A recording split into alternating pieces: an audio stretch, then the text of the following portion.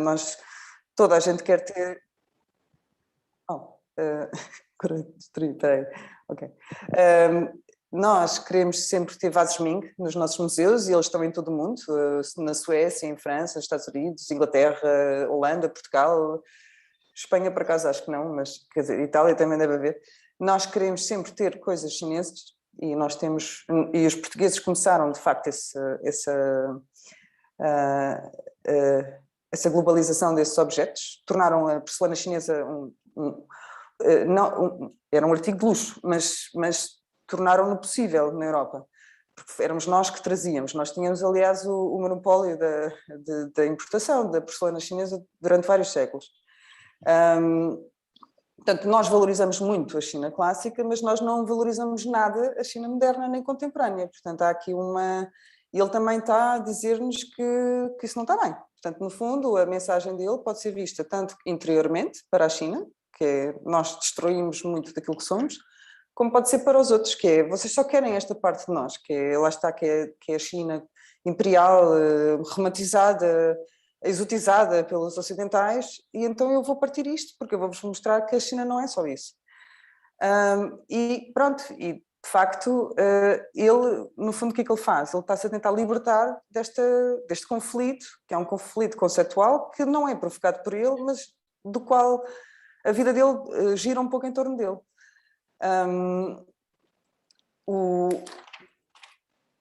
Os vasos coloridos do Ai Weiwei, são de 2006, também indiciam esta crítica à revolução cultural, porque ele, ao cobrir as superfícies, ele está a apagar a história. E está a apagar, porquê? Porque também houve um esquecimento histórico através da destruição. Portanto, ele está a apagar. Portanto, uma das consequências da Revolução Cultural foi o esquecimento de quem é que eles eram. Tanto que agora a China está a fazer um processo inverso de sobrevalorização da sua cultura ancestral, clássica. É uma sobrevalorização tão grande que o Ai Weiwei diz assim, olha, estes vasos neolíticos, vou apagar o que eles são, porque o esquecimento faz parte da identidade chinesa.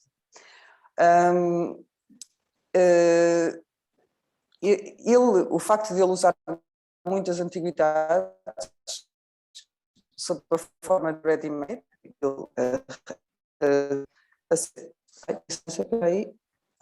ele arranjou vários vasos, como vocês veem, tem ali efeitos, desenhos que podiam ser daqui, podiam ser de qualquer lado do mundo, porque a gente também tinha cerâmicas pré-históricas com este género de desenhos. Portanto, não é uma coisa muito chinesa, é mais ou menos universal. O facto de ele os apagar questiona a forma como o valor cultural é criado. Estas obras em que se usa o objeto encontrado, não é? Normalmente são reportadas, o início considera-se que é com Marcel Duchamp e depois com Andy Warhol. Através destas obras, há vários objetos que são produzidos em massa, são introduzidos pelos artistas e usados num contexto diferente. E estas mudanças diminuem ou anulam as fronteiras entre a arte conceptual, artes maiores, e as artes tradicionais consideradas menores. Boa tarde, professora. Era só para perguntar uma coisa, porque eu fiquei curioso quando a professora falou agora aqui do Andy Warhol, juntamente, por exemplo, porque a professora estava a falar, se eu percebi bem, de objetos comuns produzidos em massa. Por exemplo, do Andy Warhol, seria a sopa Campbell's, não? Como, por exemplo, sim, claro, ou as Brillo Box, não é? Ok. Ele, no fundo, ele não é um ready-made, mas ele pega nas Brillo Box e aumenta-as de tamanho e posiciona-as como se fosse um objeto de arte, não é? Sim, e nós podemos interpretar tipo isto do Ai Weiwei como, por exemplo, um ready-made, porque ele já tem os vasos. Sim. Exatamente, são ready-mades, mas ele tem que fazer sempre uma investigação para encontrar estes objetos. Exato. É daí que eu estou a dizer que o trabalho dele é um pouco diferente, porque ele tem que ir à procura de uma razão conceptual para para ir à Ok, procura ok. destes objetos. Ok, eu só estou a perguntar porque entrei aqui na aula a meio, a minha net estava a falhar um bocado, foi só por isso. Ok, Ok, tranquilo, desculpa lá. tranquilo. Não sei. Interrompam sempre que precisarem. Esta instalação, Bang, ela foi mostrada na Bienal de Veneza, quando o Ai Weiwei foi convidado, depois de ter sido preso, ele foi convidado a expor no pavilhão da Alemanha. Esta instalação, mais uma vez, é um objeto de relevé, é um objeto encontrado, são vários bancos que têm 3 pernas, portanto é um tripé, não é? Que eram bancos usados correntemente na China, toda a gente tinha um banco destes em casa, ou vários, e era o banquinho dos chineses normais, porque os chineses até têm uma coisa que eu também faço, porque eu também cresci na Ásia, eles até se sabem sentar nas próprias pernas, coisa que um europeu não sabe fazer. Mas pronto, mas eles também sabem, também se sentam em cadeiras, também se sentam, não se sentam só no chão, os orientais, eles também usam mobiliário. Este banco era um objeto completamente banal, mas o Mao Tse-tung mandou destruir todos. E isso foram aos poucos substituídos por bancos de plástico. Quer dizer, a madeira, que é um material que a gente hoje em dia sabe que é, e a gente sempre soube, que é um material natural, é bom para mais confortável, tudo, foram todos queimados, foram destruídos em massa para se construir uma nova China. Lá está esta ideia de construção do zero. O Ai Weiwei provavelmente andou em zonas muito remotas da China, onde a Revolução Cultural não chegou tão fortemente, não é? Porque obviamente ela foi muito mais forte nas cidades e nas regiões menos desenvolvidas, mas próximas das cidades, mas a China é gigantesca, é enorme e deve haver imensos sítios onde há ainda muita coisa. E ainda há tribos na China que vivem de uma forma completamente diferente, quase a remontar a um passado que já não existe, mas a China ainda tem isso, não é? E estes bancos são, no fundo, uma celebração dessa China também que já se perdeu. Ora, pronto, assim, a história da arte, como é que será possível a gente pensar que a história da arte como disciplina, como é que é possível a gente saber? A história da arte de facto validou a antiguidade chinesa, assim como validou a antiguidade indiana, mas porquê que não validou a modernidade? Quer dizer, porquê que nós estudamos a China e ainda estamos todos até o século XIX? Porquê que a gente não continuou a ter curiosidade por estas culturas no nosso tempo? O Egito aconteceu a mesma coisa, mas e a atualidade? A atualidade chinesa, ela não chega a nós. Nós podemos até pensar que só agora contemporânea é que se começou a falar destes povos não ocidentais, mas por acaso não é verdade. Houve tentativas anteriores de fazer esses estudos. Para já, a fundação da disciplina de Antropologia e de História da Arte, ela é muito... elas são quase ao mesmo tempo. A História da Arte é um bocadinho mais antiga. A Antropologia propôs-se a estudar as artes dos outros, das outras pessoas e ver como é que eles viviam e a descrever. Mas a arte ficou de fora, foi como que classificada como outra, não arte, e foi toda a cultura material dos outros povos foi considerada inferior e então relegada a museus etnográficos. Antigamente chamavam-se antropológicos, depois passaram a chamar-se etnográficos ou etnológicos e hoje em dia começam-se a chamar museus de world art. Nós nem sequer temos culturas do mundo ou qualquer coisa que os torne mais... Professora, mas tipo, agora eu vi a falar desses museus, eu sou o João Valente, ainda não me tinha apresentado, desculpe lá, Sim, mas sim. tipo, agora a perguntar, tipo, por exemplo, a professora estava a referir que de antes costumavam ser chamados como museus, por exemplo, etnográficos, isso não poderia ser tipo o reflexo da sociedade da altura, por exemplo? Exato. O problema foi que começou-se a estudar outras culturas quando, através da colonização, começou a haver contacto com elas, mas começaram a ser estudadas como curiosidade, como algo diferente, em contraste a nós. Então Sim, surgiram disciplinas separadas, surgiram museus separados, surgiram formas de ver separadas. E houve tentativas. Isso é de facto um produto de altura, mas é uma coisa que é uma herança pesada para nós, porque hoje sim, em dia sim. nós queremos viver nós vivemos num mundo globalizado e Sim. estas dores de crescimento ainda prevalecem em Exato, muitas questões. exato, mas eu estava também a perguntar porque, epá, assim mais na questão de como nós, vá, por exemplo, porque acho que tem a ver um pouco também com a história da arte em si, este conceito que agora estou a perguntar, que é, tem a ver um bocado a nossa relação com o tempo e com o que estudamos. Por exemplo, nós, se calhar, hoje damos valor, por exemplo, sei lá, queremos estudar algo da dinastia Ming ou algo do género, ou da China mais contemporânea, por exemplo, sei lá, século XX, início do século XX, e se calhar há uns anos atrás não tínhamos tanto esse interesse, ou vice-versa, estão a perceber? É um bocado mais isso. Tipo. Pois, porque é que não havia esse interesse, não é? Pois, exato, mais tipo, é essa a É pergunta essa, que eu que é a estou a minha, é fazer. essa a minha questão também, é porque é que Sim, esse interesse sim, não existia. sim, Claro que exato. sempre houve, mas foi sempre um prejuízo da forma como as outras culturas eram Sim, representadas. sim, sim. Eu já vou falar pronto, um pouco disso. Pronto, de facto, o discurso, tanto curatorial como geográfico, como de história da arte, tem sido dominado pelo Ocidente Sim, sim. e hoje em dia está-se a assistir a uma harmonização, Uhum. ainda bem.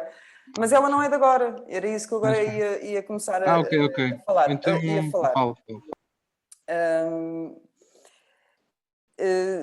nós podemos achar que todas estas coisas são muito recentes, e de facto a disciplina de História da Arte continua a não incluir a arte dos povos não ocidentais. Portanto, essa no fundo é um bocadinho a minha luta.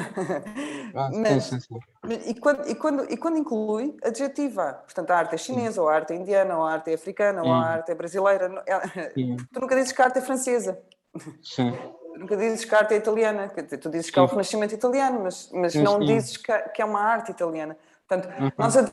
adjetivamos, em inglês é sempre Chinese art ou Sim, Asian sim, art. sim, sim, sim, Esse adjetivo, anterior ou posterior, depende da língua que estamos a falar, sim, sim, sim. denota denota o problema. Porque a partir do momento em que tu Sim, sim. precisas de pôr o adjetivo, é sinal de que a disciplina continua a ter problemas Sim, básicos. sim. Pronto. Sim, sim, sim. No início do século XX, por acaso, houve a arte não europeia era amplamente debatida na Europa. A gente pode pensar que não, porque de facto, por exemplo, eu estudei, eu não sei como é que os vossos programas agora, mas eu estudei tudo. Ah, eu não tenho, tipo, eu lembro-me só de ver, tipo, isso ser debatido na Europa porque nós em História da Arte tínhamos um cartazinho no nosso livro que era da Exposição Mundial e pronto, acho que foi disso, tipo, tive curiosidade e pronto, fui pesquisar e aquilo tinha lá, tipo, por causa, bah, no entanto era a falar mais das colónias na altura, mas aquilo, pronto, Exatamente. As, referia à arte dos outros países, pronto. Por as exemplo, da exposições África. coloniais, nesse aspecto, foram o primeiro contacto que os europeus tiveram com a arte não ocidental, mas de uma forma muito problemática. Os outros povos eram sempre mostrados como incapazes de fazer uma arte superior como a nossa,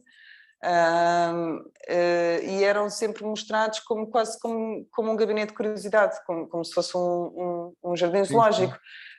Era muito problemática a maneira como as exposições universais estavam montadas. Tanto Sim. que o prejuízo, perante as outras culturas, continuou. Uhum. E mesmo com o desenvolvimento disciplinar da antropologia, a história da arte deixou sempre essas pessoas todas de fora. E este senhor, Karl Vormann, tentou publicar um livro que era a história da arte de todos os tempos e de todas as pessoas. Isto é lindíssimo, a gente pensar que ele fez isto no princípio do século, portanto ele teve muito tempo, de certeza, a fazer a investigação dele.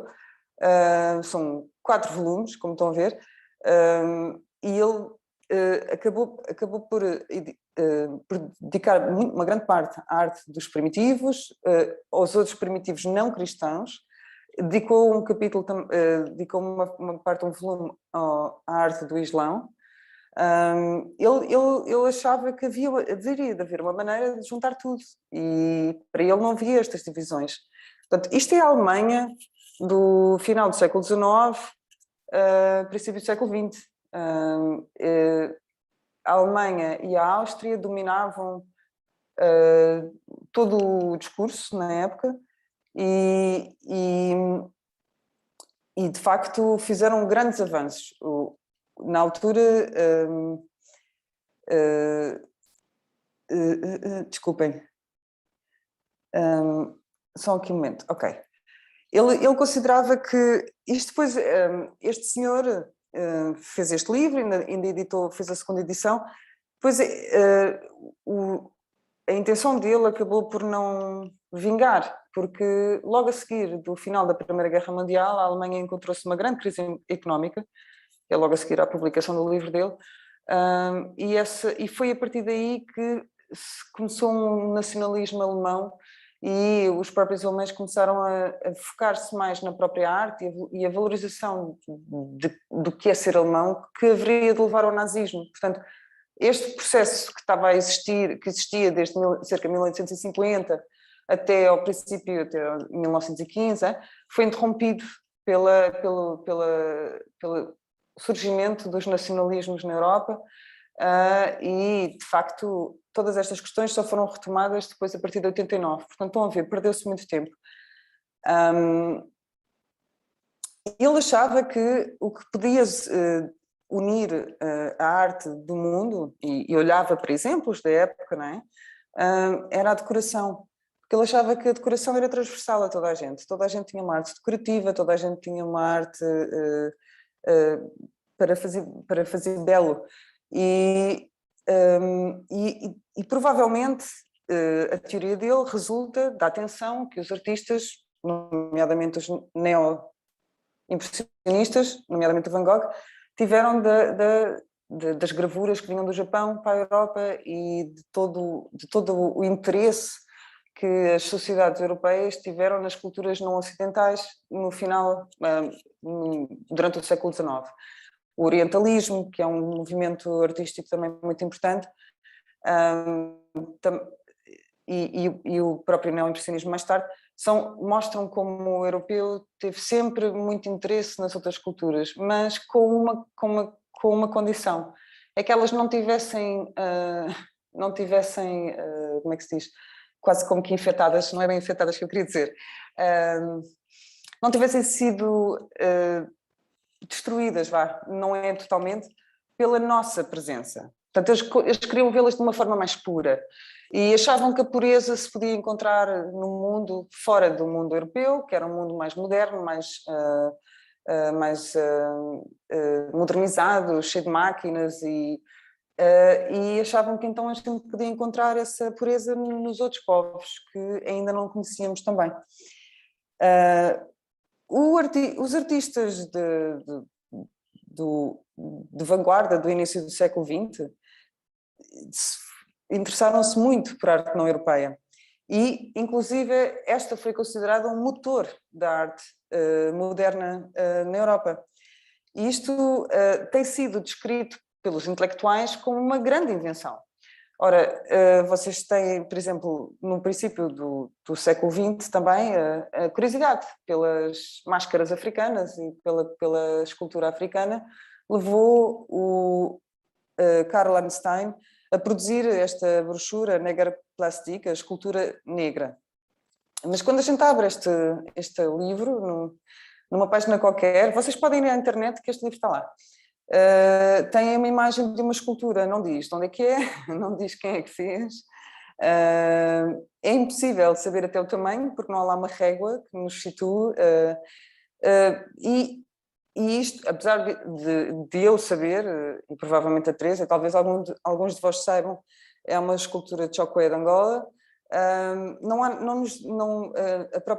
O próprio livro não nos diz nada sobre a escultura. Mas se nós imaginarmos que ele pertence a uma cultura, não é? Que no nordeste de Angola, nós sabemos que a descontextualização dele, da forma como ele está presente nesta fotografia, afeta imenso o que a gente pode saber, porque ele está mostrado isoladamente. E ainda hoje a arte negra é mostrada desta forma. Nos anos 20 já houve tentativas também nas universidades de estabelecer a disciplina de História da Arte Mundial.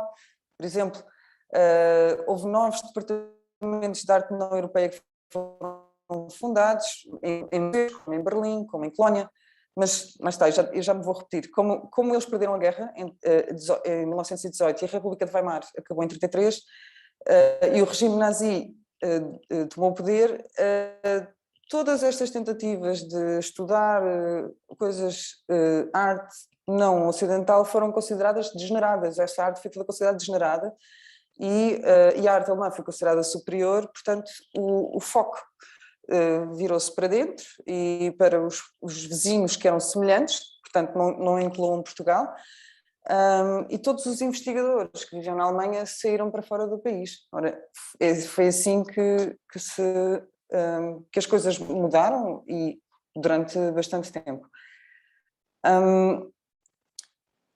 A arte não europeia sempre foi objeto de publicações antropológicas e hoje em dia é elas que a gente remonta quando quer perceber um pouco do que se passa na arte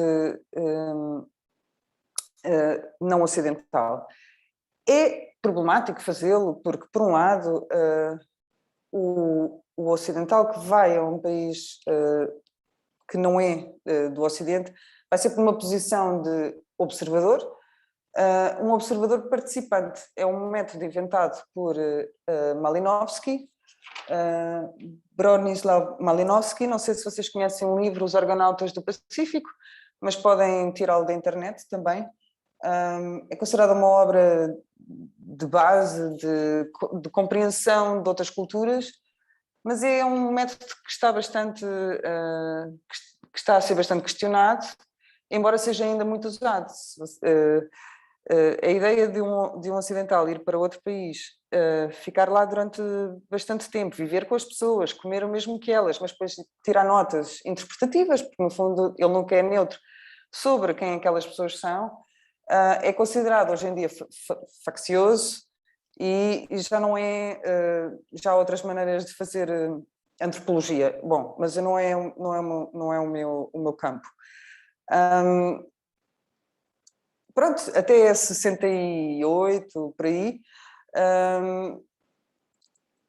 a arte moderna foi mesmo dominante no mundo e era uma arte moderna muito virada para questões de formalismo, uma linguagem universal, moderna, muito limpa, e esse domínio impediu curiosidade por outras coisas. Foi só a partir do início dos anos 70, 80, que se começou a recuperar um pouco o interesse por coisas diferentes, porque as pessoas já estavam provavelmente saturadas do modernismo ocidental e começaram a descobrir, eu até digo assim, entre aspas, porque no fundo é uma redescoberta, não é? Do outro e de outras possibilidades. E então podemos dizer que foram até os curadores que começaram estas questões. Porquê? Porque enquanto as coisas não são mostradas, os artistas podem trabalhar à vontade. Se as coisas que eles fazem não são mostradas, as coisas não mudam. E em 1989, e na próxima aula eu vou falar desta exposição melhor, surgiu a exposição Magicien de la Terre. Com licença, desculpem. Foi feita para comemorar 200 anos da Revolução Francesa. Ok. E foi no Centro Georges Pompidou, em Paris.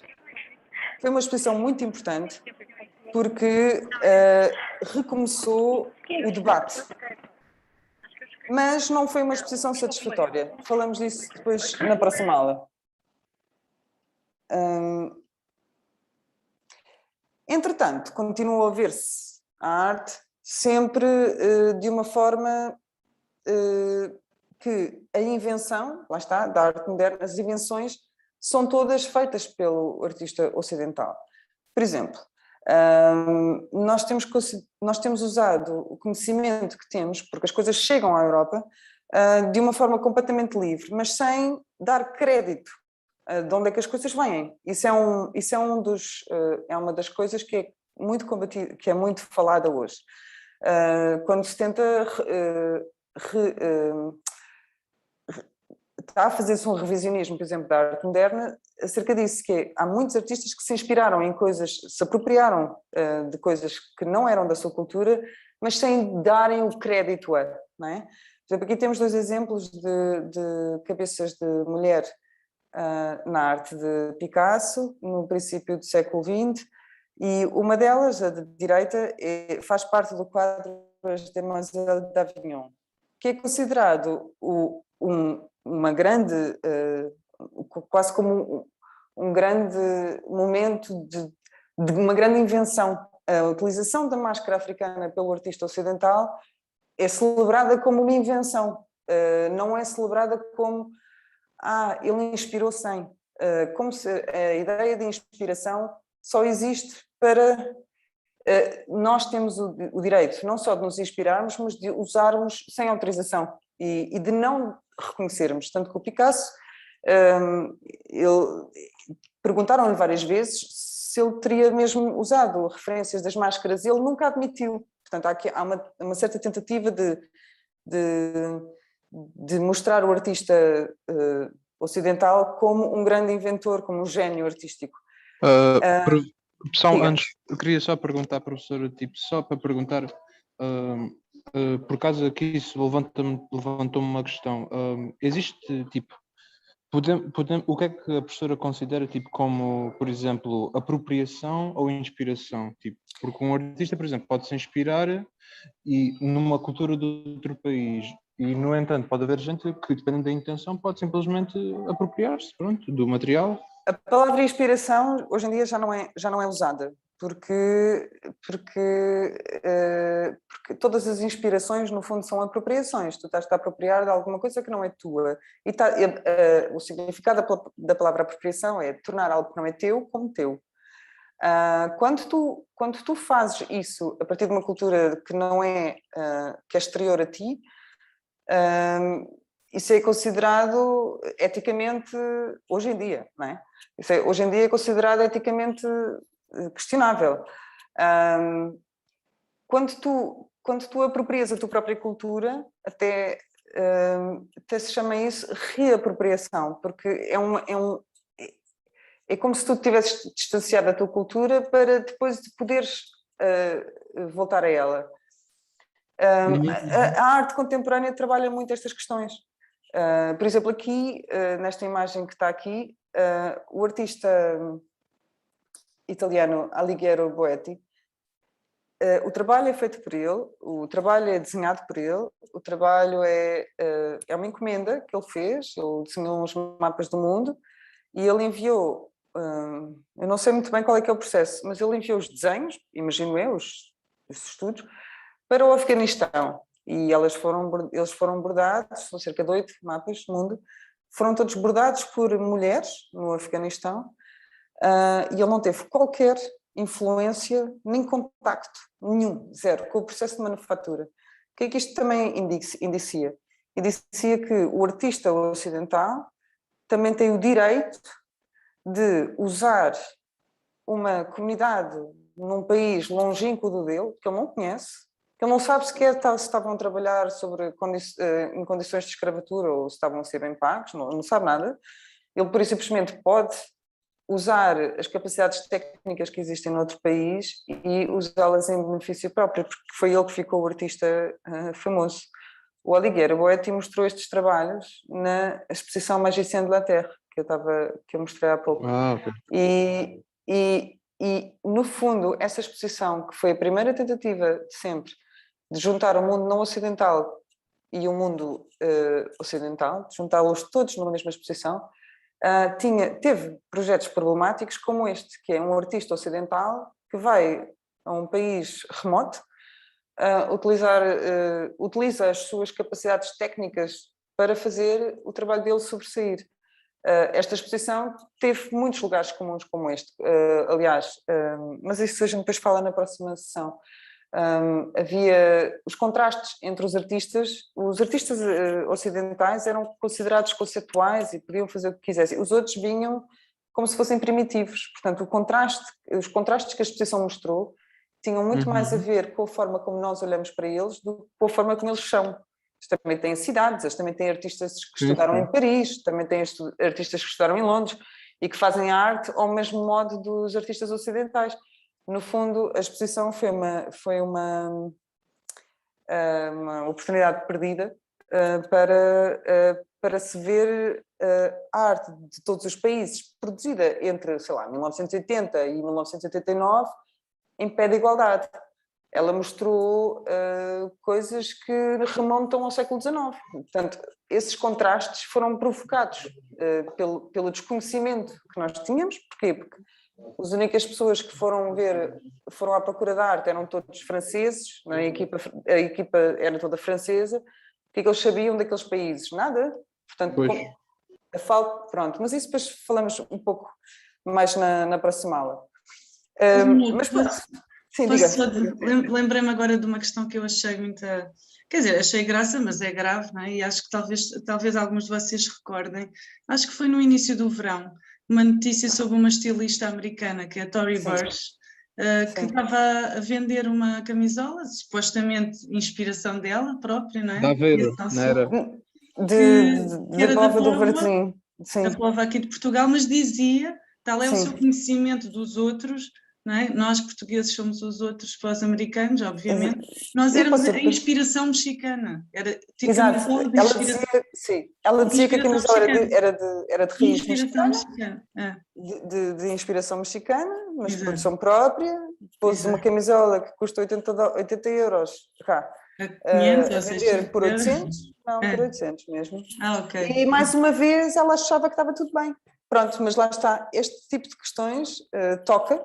E ainda bem que deste esse exemplo, é muito importante. Lembrei-me, porque tu toca na questão da apropriação e como isto ainda está atual. Não, mas é completamente atual, por isso é que a arte contemporânea é um lugar de correção destes comportamentos.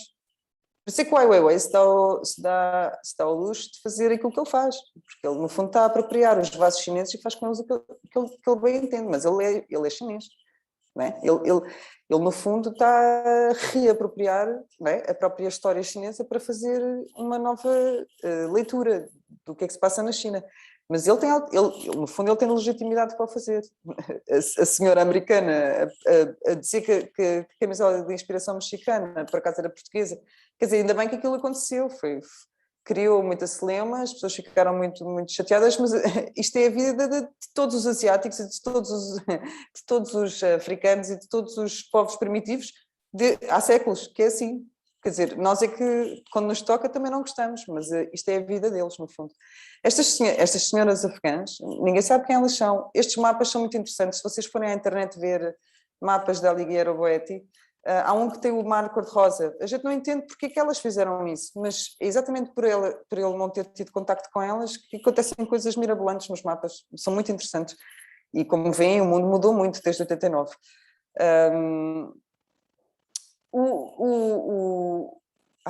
De vez em quando isto para... Pronto. O Arnold Schneider, que é um antropólogo de arte, diz que o problema para muitos artistas do terceiro mundo... Bom, terceiro mundo é uma designação que também já não se usa, mas ele está a escrever em 2006, ainda estava mais ou menos... Pronto. E hoje em dia a gente diz elsewhere, que é o resto, ou então diz West and the rest, o rest, o elsewhere, é o West, e o elsewhere é todo lado menos o Ocidente. O problema para os artistas do mundo não ocidental, eu digo assim, é que eles apropriam de culturas que são vistas ao mesmo tempo como sendo deles e como não sendo deles. Portanto, eles têm, por exemplo, eles usam questões da nossa arte. Porquê? Como nós colonizámos aqueles países todos, eles aprenderam connosco muitas coisas e depois eles aplicam-nas na própria forma de fazer arte. E nós não aceitamos isso, dizemos que é uma cópia, que é um derivativo, não é tão bom como aquilo que a gente inventou, porque nós inventamos, eles fazem ou repetem ou fazem uma versão menos boa. Tem sido esse o discurso e felizmente tem havido muitos curadores, e eu acho que até é uma das razões porque a curadoria é cada vez mais importante, é porque há muita gente que quer mostrar as coisas de outra forma, e a curadoria tem um papel importantíssimo de investigação, de recuperação de conhecimento que se vai perdendo, e as exposições, por isso é que na próxima aula depois mostro-vos algumas, são bem interessantes. Eu vou mostrar-vos isto com um exemplo de um artista brasileiro. Ai, este tique irrita-me. Falta meia hora. Bom, espera aí. Isto, ok. O Hélio Oiticica, não sei se conhecem. Agora deixei de ver o ecrã. Com licença, espera aí. Deves ter carregado em deixar de compartilhar. Eu até pensei que ias mudar de documento. Não, é que eu deixei. Não. Eu deixei. Desculpa. Ai, meu Deus. Share. O que é que eu. Pronto, está aqui. Não, é só porque eu deixo de ver o Zoom e desoriento-me se não vejo as vossas caras também. Tá, já conseguem ver outra vez. Sim. O Hélio Oiticica, não sei se conhecem, mas o Hélio Oiticica é considerado o maior artista de sempre do Brasil. Há quem discuta se não foi ele que influenciou o Andy Warhol, ok? Portanto, todos estes revisionismos têm a ver com... O Hélio Oiticica era um artista espetacular, super culto, e ele viveu muitos anos em Nova Iorque, era íntimo de Andy Warhol. Tá? E há quem diga que o facto deste ser brasileiro e o outro ser americano fez com que o Andy Warhol sobressaísse, porque é o tal domínio, não é? Ocidental sobre o não ocidental, e há uma grande corrente académica que tenta recuperar o Hélio Oiticica como responsável pelas invenções do Andy Warhol. Então imaginem o que é, se isso é provado, imaginem a quantidade de livros que vão para o lixo ou passam a ser livros errados, não é? Pelo menos umas secções erradas, por causa de uma questão dessas. Portanto, imaginem a quantidade de resistência que existe a mudar aquilo que já está escrito, já está hiperpublicado. Portanto, uma das dificuldades que eu às vezes tenho nas aulas que eu dou é que eu estou sempre a tentar escrever uma coisa que ainda não está nos livros. Não está escrita. Porquê? Porque eu estou a tentar colocar estas dúvidas, não é? Por isso é que até mencionei esta questão. Ora, o Oiticica é considerado um artista de vanguarda. É um artista de tradição ocidental, mas é um artista que pegou na cultura do Brasil. O trabalho dele é considerado completamente anti-arte. Ele é um dos artistas mais inventivos de sempre da história do Brasil. Ele começou a carreira junto dos artistas conceituais e do concretismo brasileiro, que é considerado um dos movimentos mais relevantes da arte moderna brasileira, mas cedo se afastou e foi-se juntar aos neoconcretistas que acusavam os concretistas de serem muito ortodoxos, muito conservadores, muito... ele, com os outros, e ele, de certa maneira, é visto como o líder dos neoconcretistas, ele propunha superar os suportes tradicionais da arte, que é a tela, a escultura sobre o pedestal, e usar outros meios de produção artística, como objetos tirados da realidade, não é? Isto é muito contemporâneo do Warhol. Ambiente, ele queria usar o ambiente, ele vivia no Rio de Janeiro, ele queria usar o ambiente do Rio de Janeiro como parte da obra de arte, e ele queria também mudar a maneira como a arte era sentida pelas pessoas, portanto, convidando-as a participar. Ora, a questão da participação dos outros na obra de arte é uma questão da segunda vanguarda, que é a vanguarda dos anos 50, 60. Este pito. Uma das obras mais importantes do Oiticica é o Parangolé. O Parangolé, no fundo, é uma obra quase... Ela é material, mas ela não tem forma específica, porque o Parangolé é um pedaço de tecido, no fundo é só um pedaço de tecido, de uma determinada cor, que as pessoas usam e vestem e dançam com ele. Portanto, é isto que é um parangolé. Portanto, ele cria, o parangolé muda de forma de acordo com a pessoa que o está a manipular. Mas isto tem a ver com a cultura da favela, e que foi o Oiticica, como artista conceitual da elite rica do Rio de Janeiro e do Brasil, foi viver para a favela, como se fosse um antropólogo quase, não é? Foi viver para a favela e foi aprender com aquelas pessoas a sentir uma arte mais viva, mais próxima da forma de ser brasileiro. E foi assim que surgiu o Parangolé, há imensas fotografias na internet sobre isso. O objetivo dele era dar ao público a possibilidade de deixar de ser passivo e passar a ser ativo.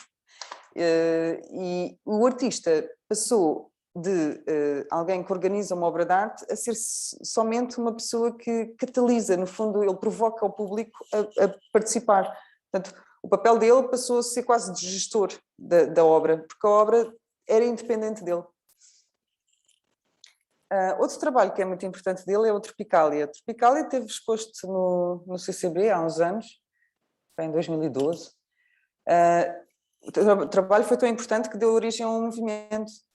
Talvez vocês já tenham ouvido falar do luso-tropicalismo. A designação surgiu deste trabalho da Oiticica. Consiste num ambiente que é um labirinto.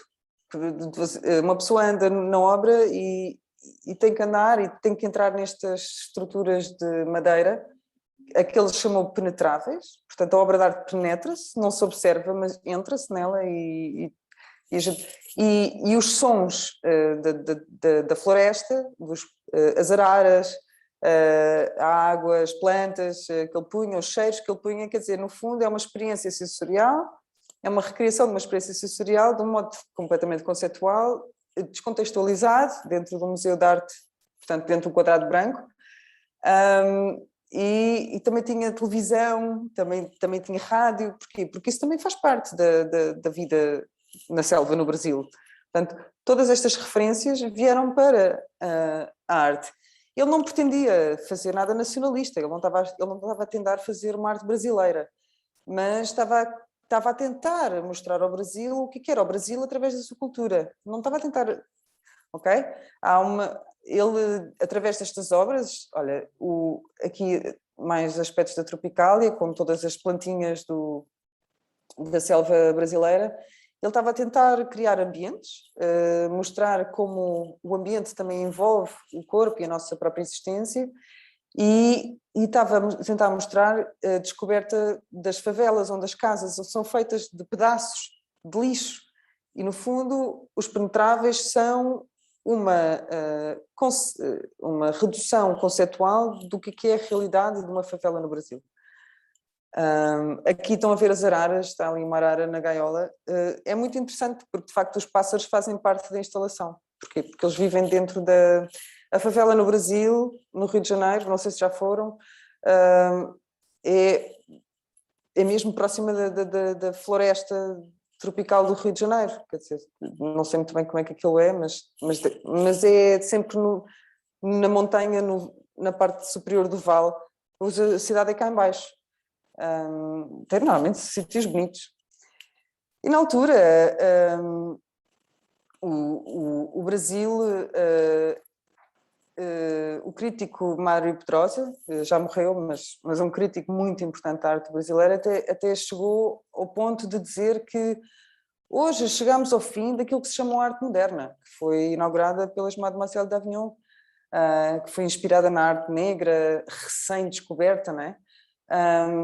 Os critérios de juízo já não são os mesmos que se formaram desde então e que foram fundados na experiência do cubismo. Agora estamos noutro ciclo. Não é mais puramente artístico, é mais cultural, é um ciclo cultural radicalmente diferente do ciclo anterior e foi talvez iniciado pela pop art, pela arte popular.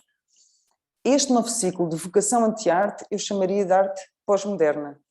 Ele vai mais longe e diz,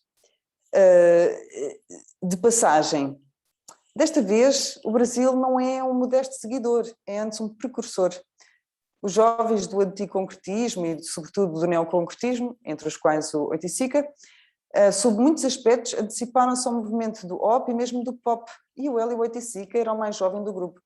Um crítico da época afirmar com tanta convicção que os artistas brasileiros são inventores é, no fundo, uma afronta, isto naquela época ainda era uma afronta à supremacia europeia e ocidental. Mas isto é muito importante, mostra também um certo vigor na posição deles. É bom que eles tenham esta capacidade de afirmação.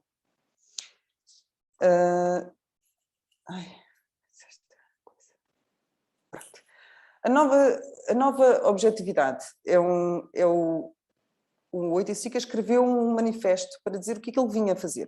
Pronto, isto na altura, segundo um dos pressupostos da vanguarda, é de facto escrever um manifesto e dizer ao que vem. Pronto. Ele diz: eu quero construir, tenho uma vontade construtiva geral, lá está, a Tropicália vem daí, tenho tendência a negar o objeto, vou superar o cavalete, portanto, vou sair dessas questões e vou negar o objeto final que se põe na parede, vou fazer uma coisa diferente, que é o tal ambiente, vou tentar que o espectador participe, ou seja, nós, quando estamos dentro da Tropicália, nós andamos lá dentro no labirinto, ouvimos os pássaros, ouvimos a rádio, ouvimos a televisão, estamos a caminhar em cima da areia, também para denotar um pouco que estamos num ambiente pobre. Eu também vou falar de temas políticos, portanto a pobreza da favela, o facto de aquelas pessoas terem casas feitas de lixo e de restos e não haver uma unidade, não é? É sempre tão bonito ver tudo igual e harmonioso. A favela é desarmonia, mas dentro da desarmonia há uma harmonia, e é isso que a obra dele também traz. E eu vou tentar, ao máximo, apresentar propostas coletivas, por isso, tudo o que sejam os ismos da primeira metade do século XX, eu vou abolir ou vou tentar não seguir, e vou tentar voltar ao discurso anti-arte que foi iniciado por Marcel Duchamp. O tema anti-arte, o discurso anti-arte de Duchamp, em 62, já era usado para descrever a contemporaneidade. Nos Estados Unidos, o novo realismo em Paris é um movimento considerado anti-arte, um movimento pop-art nos Estados Unidos, foram apelidados de neo-dada a essa altura. Mas este movimento anti-arte já vinha dos anos 50, quando se descobriu a pintura de Jackson Pollock e Mark Rothko. A anti-arte, devagarinho, começou a marcar o início da era pós-moderna. Eu agora vou-vos mostrar alguns artistas não europeus que eu trabalhei, só para vos dar uma ideia. Este artista chinês, Liu Panfei, que eu cheguei a conhecer, ele, não sei se reparam, mas as três pinturas têm o mesmo desenho, mas são feitas com suporte, o suporte é madeira. Este é o herói dos clássicos chineses, mas o Liu Panfei extrapolou a pintura tradicional chinesa e começou a fazer composições muito mais livres. Ele teve, o ensinamento dele de arte europeia. Ele começou por estudar o modernismo, que foi interrompido durante o processo da Revolução Cultural. Todo o trabalho dele foi destruído e ele, a partir daí, estudou arte chinesa. Portanto, ele teve que fazer, ele completamente formado em pintura moderna, veio a Revolução Cultural, destruíram tudo o que ele tinha feito e proibiram de produzir aquilo que ele fazia. Portanto, ele virou-se para a caligrafia, para a pintura tradicional chinesa. E, entretanto, mudou-se para Macau, onde começou a produzir uma espécie de uma combinação das duas coisas.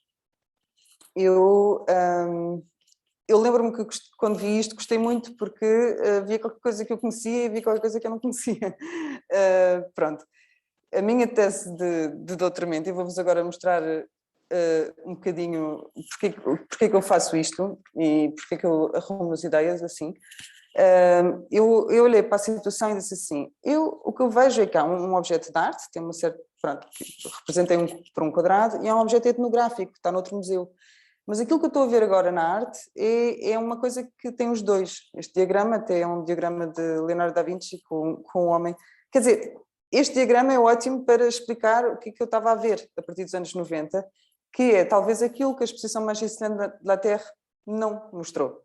É exatamente esse o erro da exposição, é não ter olhado para este cruzamento, que é uma coisa que, entretanto, é muito comum.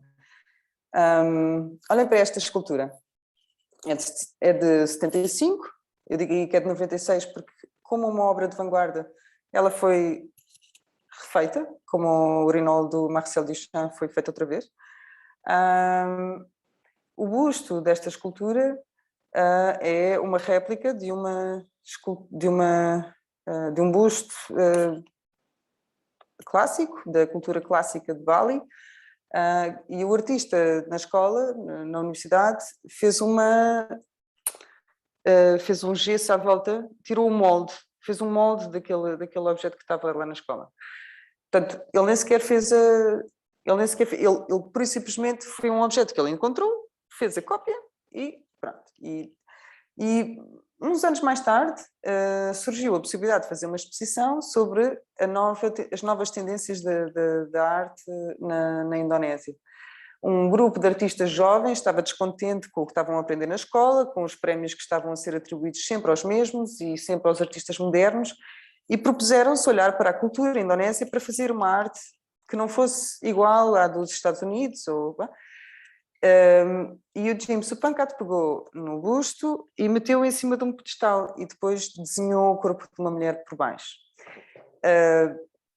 Este objeto criou uma grande polémica porque ele deu-lhe o nome de Candidez. E Candidez é uma rainha da história da Indonésia que é muito importante para a formação do maior império de sempre, do Sudeste Asiático. Ela era budista e casou com um hindu e eles fizeram juntos o maior império de sempre. A Candidez foi apagada pela história, porque era mulher, e o Jim Supankot tentou recuperar. Portanto, o discurso dele já tem a ver com anti-arte, por um lado, que este trabalho a gente não sabe muito bem se é arte ou se não é arte, já tem a ver com isso. Também tem a ver com uma correção do género, né, da importância da mulher na sociedade indonésia, e ao mesmo tempo atualiza a imagem da mulher com uma atitude provocatória que muitas vezes lá está o estereótipo ocidental em relação à mulher asiática. Esta instalação é de outro artista da Indonésia. Não sei se vocês conhecem máscaras, as máscaras do Teatro de Sombras, eles às vezes usam-nas. O que é que o artista fez? Ele é colega do artista anterior, mas este trabalho é posterior, é 20 anos mais tarde. Eles são exatamente da mesma idade. Este trabalho foi mostrado em 96, em 93, em 94, em 96, e pronto, hoje em dia está colecionado no museu nos Estados Unidos, não sei exatamente qual. O que é este trabalho? Durante o tempo da ditadura de Suharto, a censura nos jornais era muito grande, portanto, ele tinha a sensação de que as pessoas não conseguiam falar umas com as outras, podiam ver-se, mas não podiam falar. Então, para representar o problema que estava a viver, porque houve um jornal que foi censurado e foi fechado pelo governo, pronto, isto é em 94, acho eu, 93, ele pôs os indonésios todos a olharem uns para os outros, mas incapazes de comunicar entre si, porque comunicar significaria irem para a prisão ou morrerem, não é? Porque, pronto, isso é a ditadura. E ele, então, mostrou isso de uma forma conceitual, através de um símbolo adorado pelo regime. Portanto, o regime do Suharto tinham um apreço tal por esta imagem do príncipe Panji, que estas máscaras são várias personagens de vários teatros, mas o príncipe Panji é a mais importante e, no fundo, a gente olha para isto e pensa que é só uma, mas são várias. A ideia de usar aquilo que é permitido e subvertendo para poder passar a censura, porque quando a polícia, antes das exposições abrirem, a polícia ia ver se havia lá alguma coisa contra o governo e olharam para isto e não perceberam.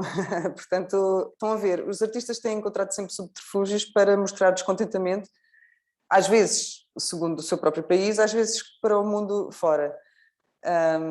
Aqui tenho um trabalho de uma artista de Timor, durante a ocupação indonésia.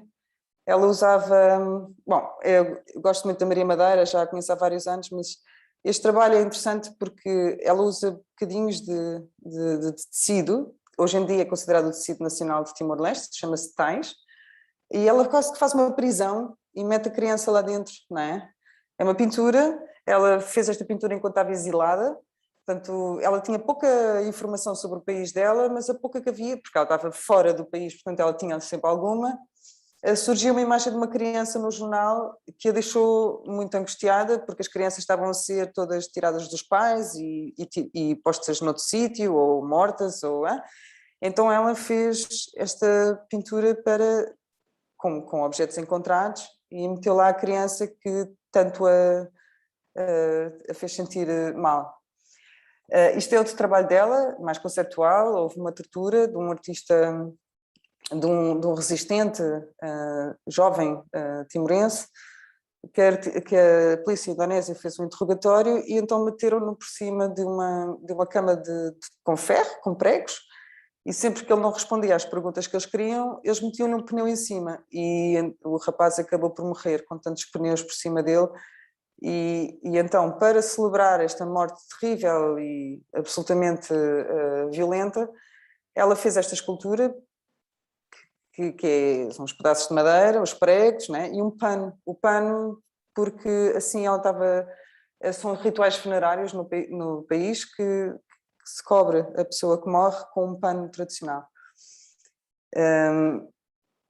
E aqui este é um artista das Filipinas que faz com os tecidos tradicionais das pessoas muito comuns e muito pobres nas Filipinas. Ele faz alusão a um massacre de 9 homens que eram simplesmente jogadores de basquetebol que estavam a jogar, mas que alguém tinha disse que eram comunistas. Isto é durante a ditadura do Marcos.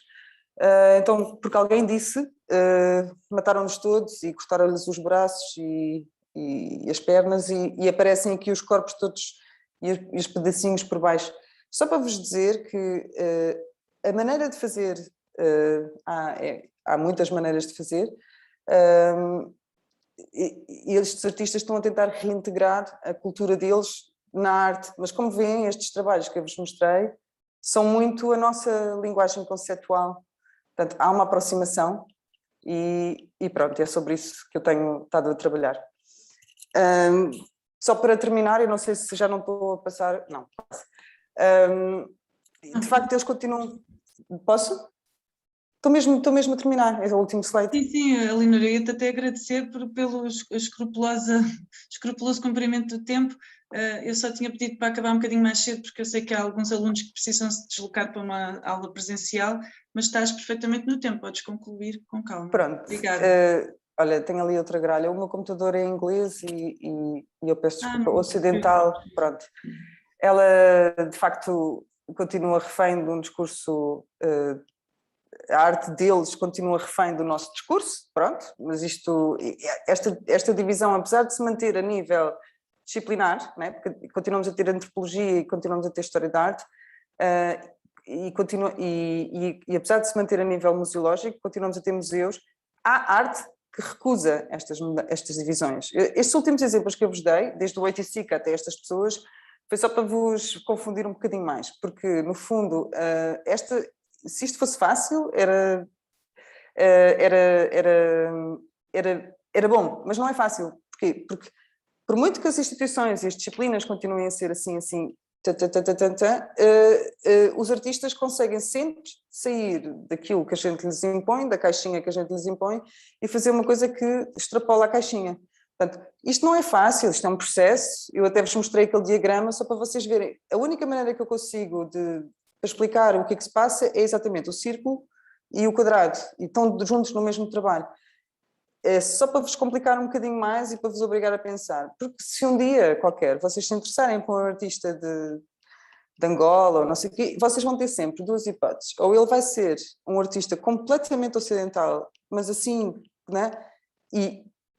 E vai falar sobre uma realidade do país dele. Portanto, isso já, ok, é uma possibilidade. Ou ele vai falar muito sobre a materialidade da arte do seu país e vai usá-la muito. E, por exemplo, se calhar até vai contar uma história que aconteceu com ele em Lisboa, imaginem. Há sempre esta combinação. E como as categorias são nossas e como todo o sistema de referência foi criado pelo Ocidente, é o estilo, o movimento, a vanguarda, como o sistema foi criado por nós e como as categorias foram criadas por nós, cabe a nós, como teóricos, como curadores, como investigadores, encontrar uma forma de explicar.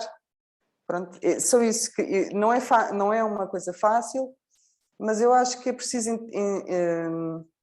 aceitar que os contextos de produção estão presentes nas obras, sempre, que o background, a educação dos artistas, onde é que eles foram educados, também tem um peso muito forte na sua produção.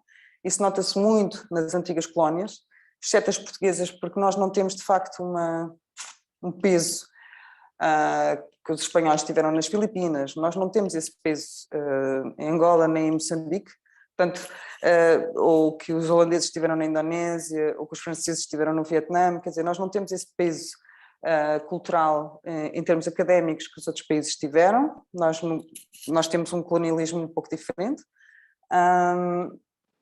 mas pode ser que ouvir estas coisas vos faça pensar sobre outras questões. Pronto. Bem que eu corrijo os erros, mas olha, voltou a ser contexto. Bom, mas isso não tem qualquer problema. Leonor, queria agradecer muito a tua aula. Já sabemos que vai ter uma continuação, ainda bem, porque realmente de certeza que nos trouxe aqui muito material para pensar.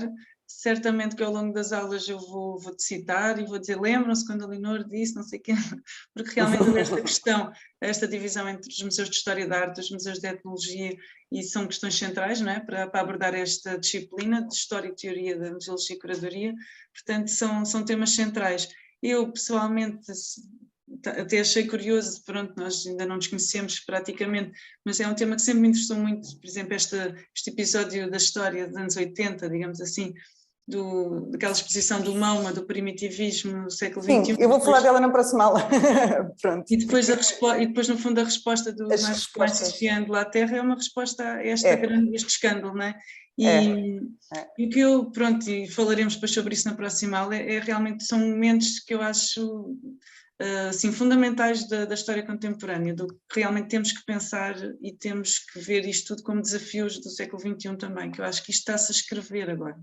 Por isso isto está-se a escrever, isto está a acontecer. Agora está a mudar muita coisa. Até o Ai Weiwei estar a expor em Portugal é sintomático de que as coisas estão a acontecer e vão melhorar. Pronto, mas é preciso entender que nem sequer é muito fácil, às vezes quase...